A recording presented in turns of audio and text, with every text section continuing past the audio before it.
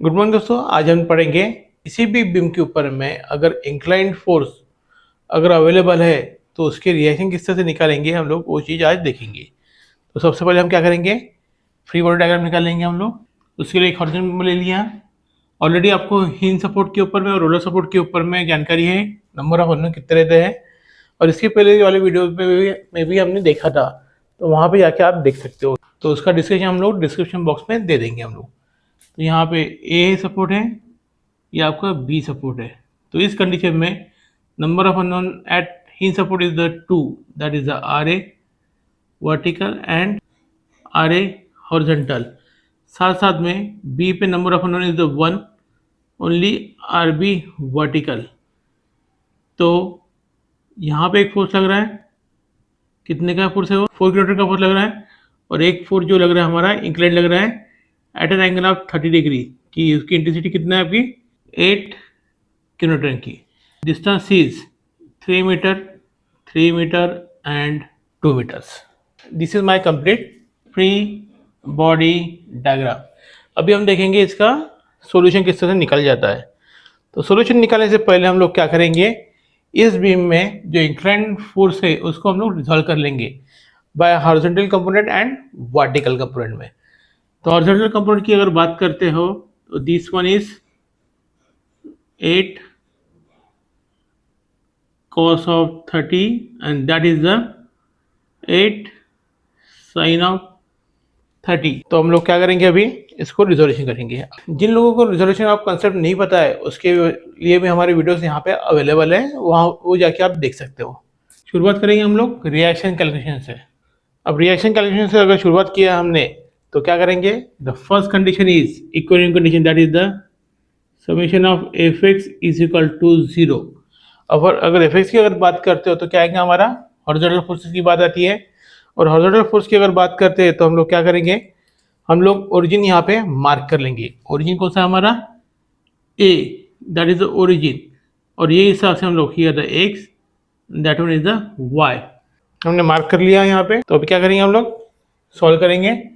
अब horizontal force में क्या है आपका, आर एच इज हॉरिजॉन्टल, कहाँ जा रहा है, पॉजिटिव डायरेक्शन में जा रहा है। तो इसके लिए हमें हमेशा याद रखना है X positive, this one X is negative, Y positive and this Y is the negative Y. ये चीज़ हमें हमेशा ध्यान रखनी है।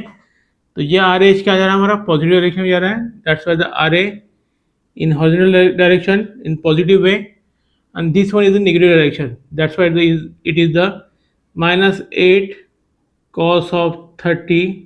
और इसके अलावा कोई भी फोर्स नहीं है, दो ही फोर्स आएंगे, कौन से, आर ए हॉरिजॉन्टल पॉजिटिव में, R 8 cos 30 in negative direction. और इन दोनों का एडिशन कितना आना चाहिए, 0 आना चाहिए।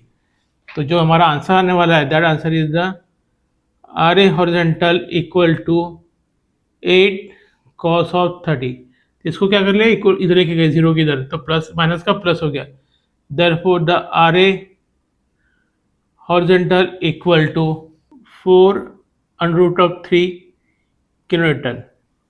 This is my final answer. या फिर इसको और स्पेसिफाई करना चाहते हो तो लिख सकते हैं हम लोग R A horizontal equal to 6.928 kilometre. और दोनों भी आंसर लिख सकते हो, दोनों भी आंसर आपके सही माने जाएंगे। देन हम बात करेंगे समेशन एफ वाई की। Summation of F Y equal to 0। F Y आने क्या होंगे, summation of all the vertical forces. तो आर ए वर्टिकल कहाँ जा रहा है हमारा, पॉजिटिव जा रहा है। 8 sin 30 कहाँ जा रहा है, डाउनवर्ड जा रहा है। 4 किलोमीटर कहाँ जा रहा है, डाउनवर्ड जा रहा है। और आर बी वर्टिकल कहाँ जा रहा है, अपवर्ड जा रहा है।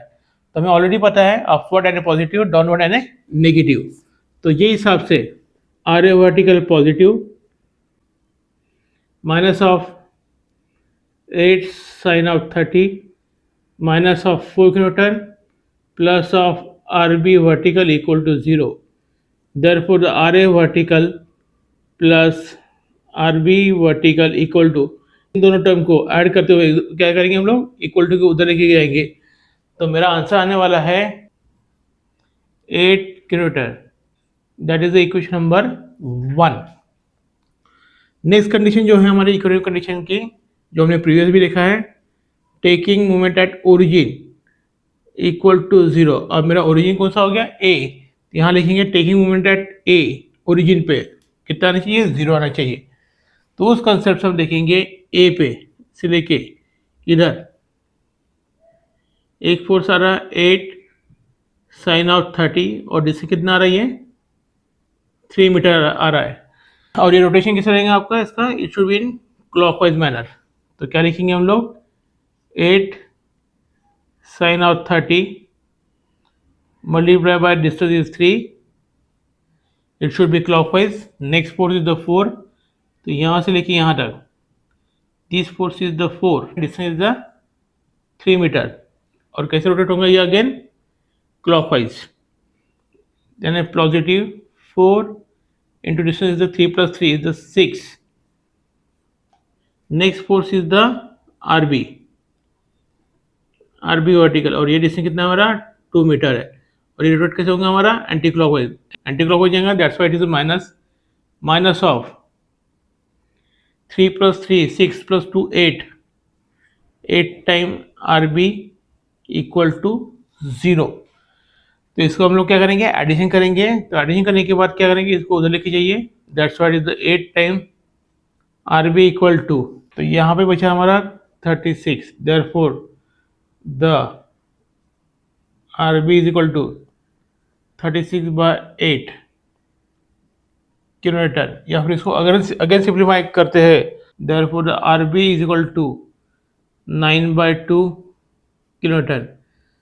और अगर इसको और सिंप्लीफाई करते तो answer is RB is equal to 4.5 kilometre. अब ये क्या करेंगे हम लोग, ये वैल्यू क्या करेंगे हम लोग, पुट इन इक्वेशन 1 में करेंगे हम लोग। और 1 में डालने के बाद the value is RA vertical plus RB की वैल्यू हमें पता है already 9/2 equal to 8। Therefore, the value of RA vertical is the 8 minus 9/2. Therefore, the RA vertical equal to 7/2.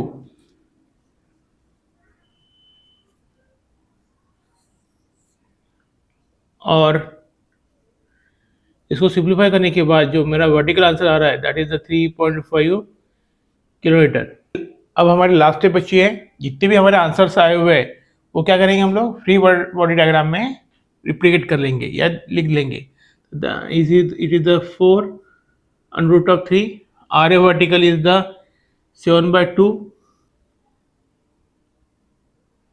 Kilometre and RB vertical is equal to 9/2 kilometer.